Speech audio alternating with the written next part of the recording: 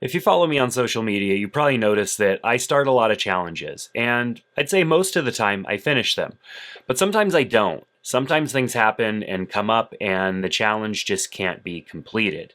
And that really used to bother me. But I've come up with about 5 things that I think are good reasons why I continue to do challenges, even though I don't always end up finishing those challenges.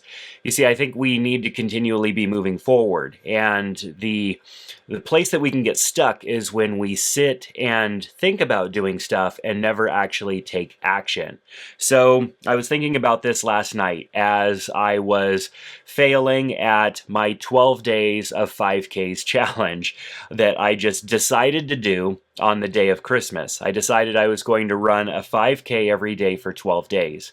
And I know personally that that's not something that's going to be too hard for me because on average I run maybe 3 to 4 miles a day or ride my bike about 20 miles a day. So I knew that it wasn't going to be an impossible challenge.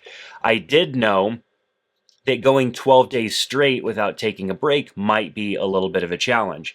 And so 12 days of 5Ks, it just sounded so good, I had to get after it and give it a try. And I made it 6 days, and then I had to stop. Now, I've been having some sort of a little headache issue on this side of my head that I'm probably going to need to get checked out. I don't think it's anything that's a big deal, but it's been coming back. And I don't want to tax myself or hurt myself in an attempt to achieve a challenge. Even though it's a bummer that I stopped halfway through, I had a headache and then the next day had the headache again. Today I'm feeling really good and I'm going to make an appointment and see my doctor about it. But I had to fail the challenge. And in the past, I would definitely be really frustrated, perhaps maybe even be tempted to dwell on that for longer than I should have. But these days, it doesn't bother me as much. So let's jump into those 5 things that I think are important and good reasons why we should challenge ourselves to do things even if we're not sure that we'll be guaranteed to be able to finish. So the first one is that you really learn a lot of things about yourself. As I attempt these different challenges, learn things about myself, learn my limitations, learn my failing points, and it builds in me the ability to have more self-knowledge because I have to think through why I failed. I have to think through and not go down a rabbit hole of I'm not good, I didn't do this, I wasn't able to rise to the occasion, like whatever negative self-talk, like I have to come up against that and fight back against it. And so each failure really provides actionable insights about my approach, the skills that I have, potential blind spots. There's lots of things that I learn about myself in this process of trying to challenge myself to do things. Now, not all of my challenges are physical challenges, although a lot of them are. Last year, I made the challenge to run 500 miles in the year and 3,000 miles on my bike, and I achieved that challenge. But the year before that, I decided as practically a brand new runner that I wanted to run 1,500 miles in that year. And I finished at almost 1,000 miles. So I was really short, and a lot of things happened that year that I wouldn't have known in advance that were going to happen. I fractured a rib. I had a small shoulder injury, just lots of things that took place in that year that kept me from running. And I'm not a person where I can't just go out and make up for it and run 50 miles. Like a good long run for me is 5 miles or so. So for me, I'm learning about those blind spots. I'm learning about things that could come up and cause issues, and that helps me better prepare for next time. It helps me be more realistic, but it also helps me prepare. And by being better prepared, it helps shape better strategies for future attempts at challenges. Starting off that first year with 1,500 miles, and then I backed it down to 1,200, and I backed it down to 1,000, and still didn't make 1,000, but I got pretty close. I knew the next year that I needed to change things a little bit. It was a hard year on my body because I was trying to run a lot more and overcome some injuries as well. And I knew that it just wasn't sustainable for me to go that hard. So I needed to reapproach things a little bit differently. So the second thing is that it builds resilience.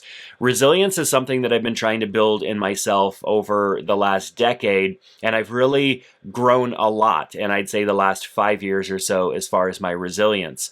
I used to give up pretty easily on a lot of things. I have a lot of big ideas, a lot of things that I want to achieve, a lot of things that I want to do and that I even believe that I'm capable of, but I didn't have resilience to see them through. I would talk about them, I would write about them, maybe even blog or even make a video about them, and then those things just wouldn't happen because I didn't have the resilience to make them happen.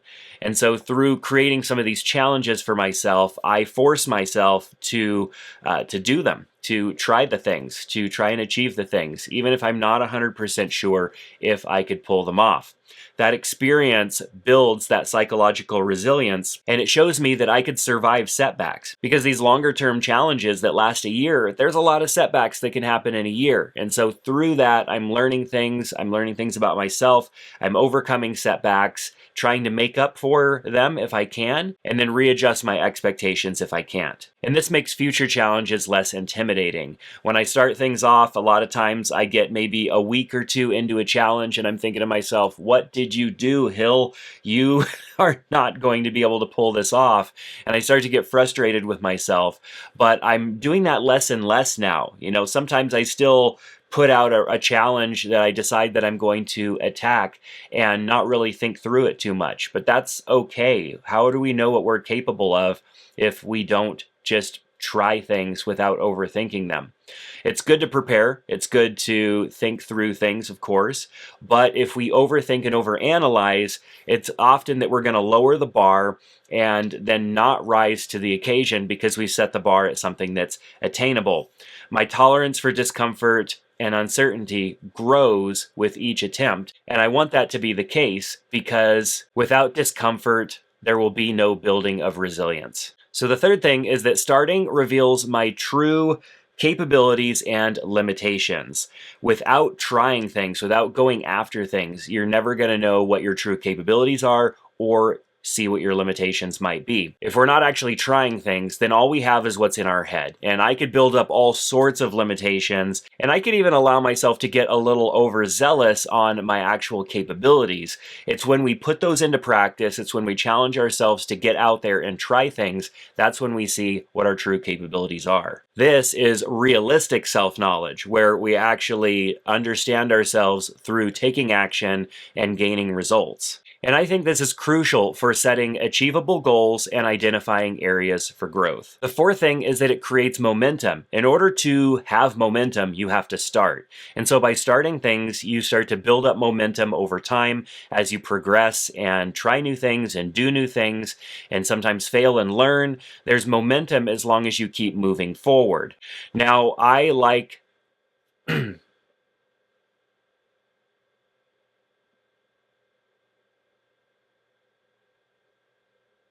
Now, I like to look at momentum as investing. As long as I'm moving forward, I am investing in my goals and I'm working towards achieving them. And when I fail, I know that I'm more likely to try again and try to achieve that again compared to someone who never even started at all. Each time I fail and start again, it builds upon the previous. I am not starting at ground level if I had already tried once before and failed. There are things that I learned, so I'm starting at a new level. And so when there is a little bit of a failure or a setback, the momentum of having all of that knowledge and experience that comes before that means that getting started again is not going to require so much strength and energy. And the fifth is the experience gained. Going through the complete cycle of preparation, attempt, reflection, developing problem-solving techniques, understanding where failures took place and what happened. All of that together is experience gained. It's resource planning, it's risk assessment, it's adapting to the unexpected obstacles that come my way,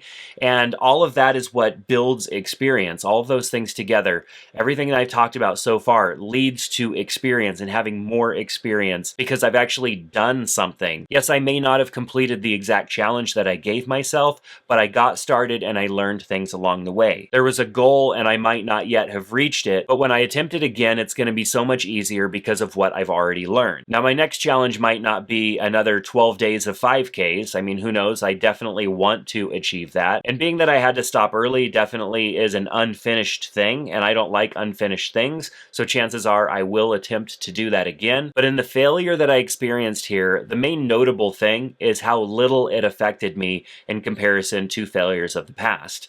You see, in the past, I would get derailed, I'd be frustrated, I'd probably have several days where I was down in the dumps and upset with myself for having failed for whatever reason. Even things that are out of my control, I would get upset about and be bummed that I was not going to be achieving that goal or finishing that personal challenge. But now I see everything as a means to an end. Everything that I continue to do moving forward is more momentum moving towards the bigger goal. Obviously, 12 days of 5Ks is a 12-day challenge, but it's not going to change my life. It's not the only 12 days that I would have been running throughout the year. It was just a particular running challenge that I would like to see if I could complete. So looking at 2025, I'm going to be challenging myself to do a lot of things, because challenging yourself to do something is the first step in getting off the couch and actually doing it. So take a risk and share something with me down in the comment section below, something that you've been wanting to do. How could you turn that into a challenge and get started, even if you're not sure if you're able to finish? Make this the year that you start challenging yourself to take action on those things that have been twirling around inside of your mind. If you want to come along with me, make sure to hit that subscribe button, because I'm on a journey to build the 5 things that I talked about in this video, and I want to see massive growth in 2025.